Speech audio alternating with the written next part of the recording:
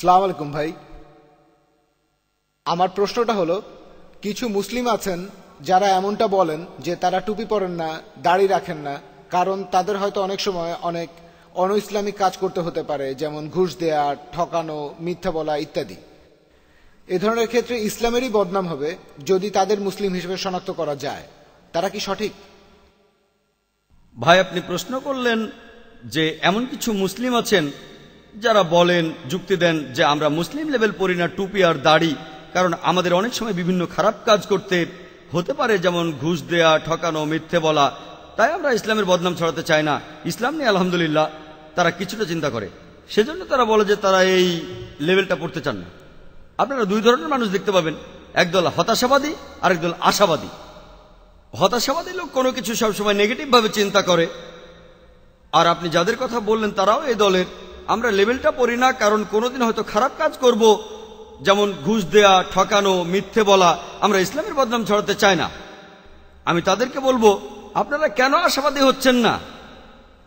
যে ধরেন কোনো এক সময় খারাপ কাজ করতেন, তারপর যখন লেভেল পড়া শুরু করলেন টুপি আর দাড়ি, আর ধরেন এমন ঘটনা ঘটলো যে আপনাকে হয়তো ঘুষ দিতে হবে, আপনি তখন ভাববেন, ও আমি তো লেভেলটা পড়েছি, আমি কিভাবে ঘুষ দেব? আপনি ঘুষ দেবেন না আলহামদুলিল্লাহ। ধরেন এমন ঘটনা ঘটলো যে কাউকে ঠকাতে হবে, আপনি ভাববেন আমি তো লেভেল পড়েছি, এখন তো ইসলামকে আমি ছোট করতে পারি না, আমি কি করে ঠকাবো?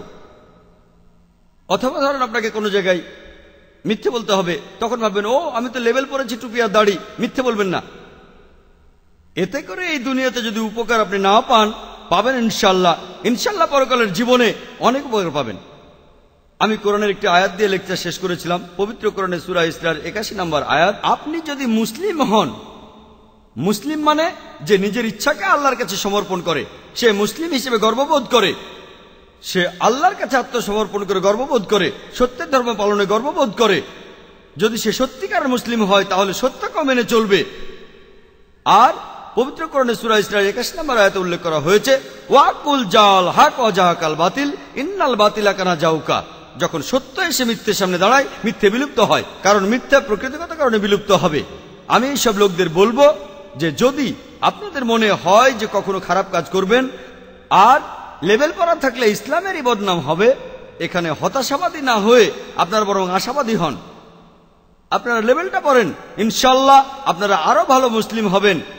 আর যদি মুসলিম উম্মাহ নিয়ে চিন্তিত থাকেন আর ইসলাম ধর্ম নিয়ে, এতে মুসলিম উম্মাহর উপকার হবে না, উপকার হবে আপনার। আর এতে করে আপনারা সিরাতুল মুস্তাকিমে থাকতে পারবেন। আশা করি উত্তরটা পেয়েছেন।